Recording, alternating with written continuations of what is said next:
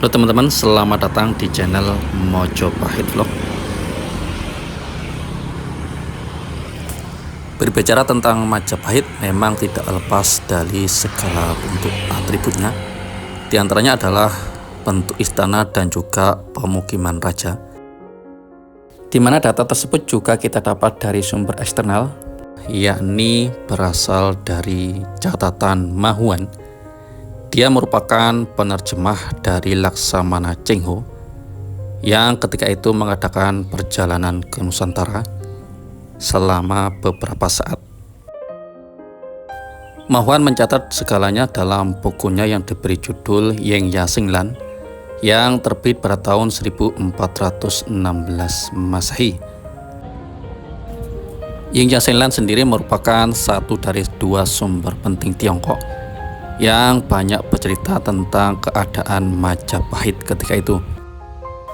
Karya ini bukan merupakan karya resmi dari pihak kerajaan Tiongkok, tetapi merupakan catatan pribadi dari Mahuan, di mana dia menjelaskan secara rinci keadaan Majapahit ketika itu, di mana dia menyaksikan bahwasannya tempat tinggal sang raja dikelilingi oleh tembok bata setinggi lebih dari 9 meter, panjangnya lebih dari 90 meter, untuk gerbangnya sebanyak 2 lapis dan sangat bersih serta terpelihara.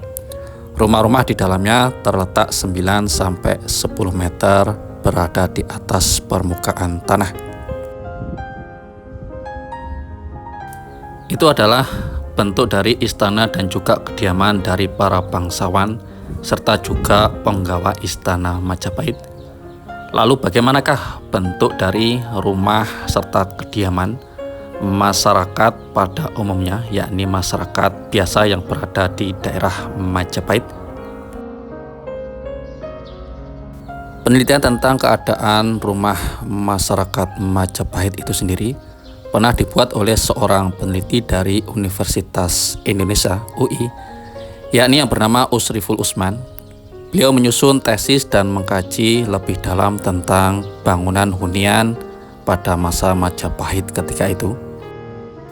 Peneliti sekaligus arsitek ini juga akhirnya berhasil merekonstruksi ulang rumah penduduk masa Majapahit ketika itu. Dan ini adalah hasilnya. Ia memang secara khusus kerap melakukan pendalaman tentang arsitektur tradisional Jawa masa lampau. Rumah karya beliau ini sekarang berada di Museum Trowulan atau Pusat Informasi Majapahit.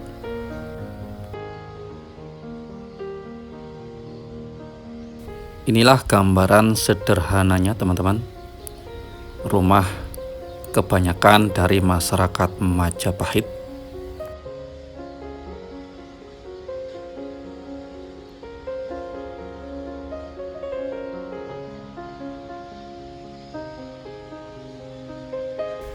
Arkeolog senior dari Balai Pelestarian Cagar Budaya Jawa Timur, yakni Bapak Vidi Susanto, beliau mengatakan bahwasanya pemukiman zaman Majapahit mempunyai beberapa ciri khas. Salah satunya adalah bahwasanya atap hunian menggunakan genting dan juga sudut-sudut atapnya berhiaskan ukel.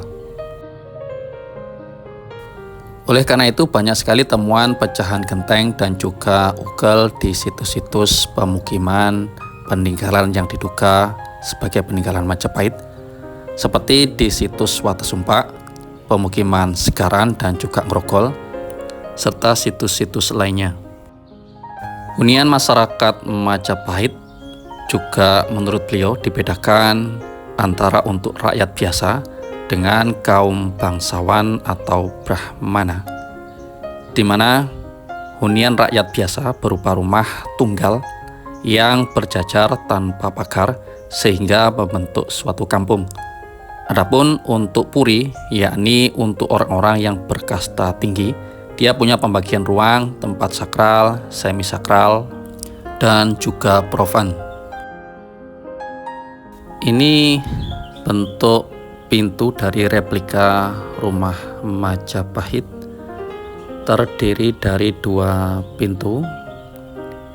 Ini anak tangganya, ada 2 lapis bata merah. Di depannya ini ada kombinasi antara batu kerikil dan juga bata merah. Ini mengingatkan kita dengan struktur yang sama yang terdapat di situs pemukiman Majapahit yang tempo hari kita lihat, terletak di sebelah selatan dari replika rumah tersebut, yang memang fungsinya sebagai pengeras halaman depan rumah dan juga samping rumah, menghindari dari becek ketika musim hujan dan juga debu musim kemarau. Ini adalah gagang pintu sisi dalam dari pintunya. Ini biasanya tempat untuk menaruh kayu yang digunakan sebagai pengganjal atau pintu dari dalam, model kuno. Mungkin teman-teman era 70-an, 80-an masih melihat bentuk pintu seperti ini. Dan lantainya ini terbuat dari susunan bata merah. Memang untuk lantai rumah dari Majapahit bermacam-macam, tergantung dari kasta dan juga kedudukan.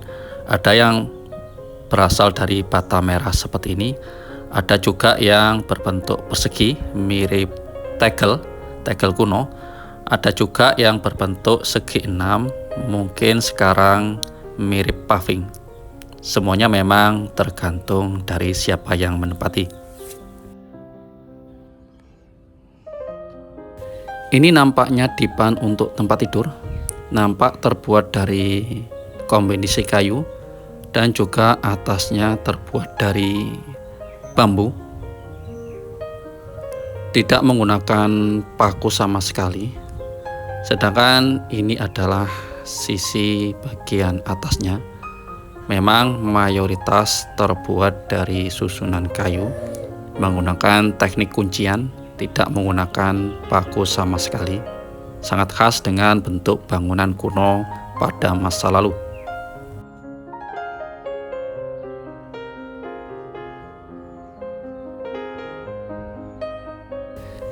Ini bagian sisi depan, full terbuat dari kayu.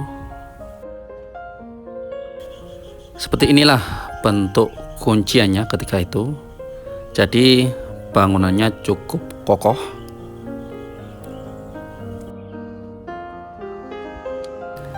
Ini bagian yang sisi bawah.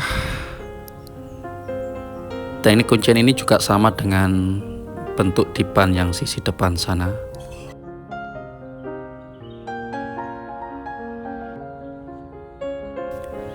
Ini yang halaman sisi barat. Sama juga kombinasi antara bata merah dan juga kerikil atau kerakal seperti ini.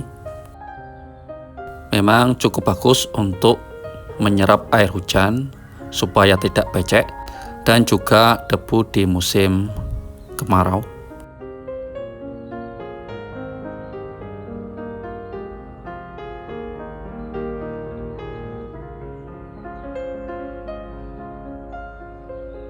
Halaman depannya juga sama, kombinasi antara bata merah dan juga kerakal, besarnya segenggaman tangan.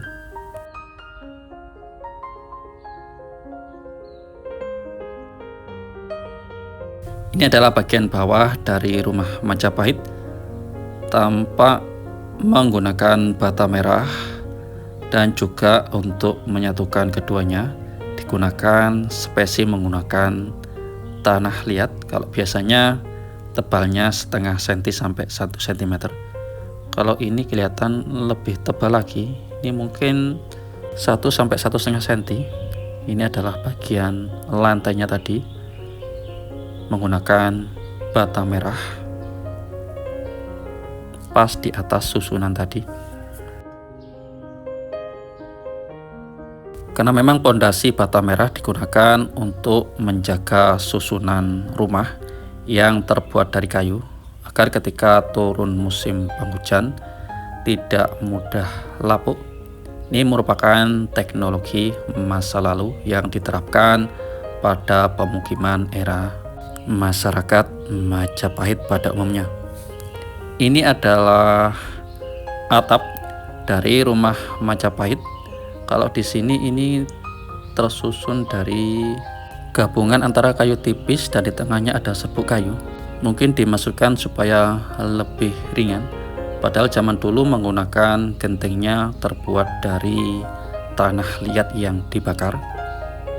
Bentuknya hampir sama dengan yang ada di sini. Cuma mungkin memang di sini lebih efisiensi, lebih ringan, sehingga tidak terlalu membebani dari struktur rumah yang ada di sini. Karena memang replika rumah ini mengalami beberapa kali perbaikan karena terkena hujan, makanya di samping sebelah belakang dikasih paranet agar derasnya air hujan tidak sampai ke dalamnya, sehingga lebih terjaga dan berumur lebih panjang. Karena menurut petugas yang berada di sini, replika rumah ini juga dulunya mengalami perbaikan dikarenakan sebelum dipasang paranet di sisi belakangnya, air hujan yang cukup deras sempat merusak bagian struktur sisi belakang.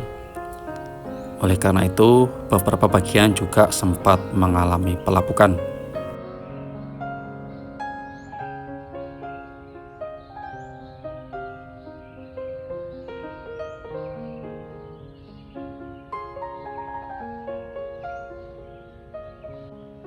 Ini yang kami bilang tadi. Ini adalah kayu yang biasa digunakan sebagai penutup pintu dari dalam. Ini digunakan ditaruh di sisi yang ini. Kalau masyarakat dulu menamakan ini dengan nama cengkal, entah untuk daerah lain apa namanya. Memang cukup kuat sebagai pengunci dari sisi dalam.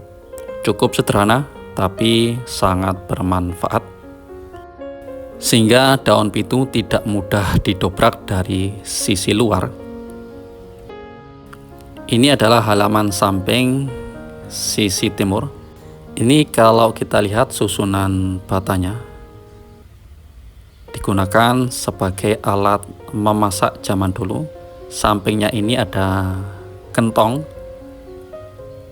dan sebelah kirinya ini adalah tungku untuk memasak terbuat dari tanah liat. Sebelah kirinya lagi itu adalah kendi, biasanya untuk minum masyarakat zaman dulu. Walaupun sekarang juga masih sering kita jumpai masyarakat menggunakan peralatan seperti ini. Demikianlah teman-teman gambaran singkat tentang bentuk rumah kebanyakan masyarakat zaman dulu. Tentu setiap keadaan atau setiap rumah berbeda setiap saat untuk masyarakat awam, masyarakat biasa, dan juga kelas bangsawan.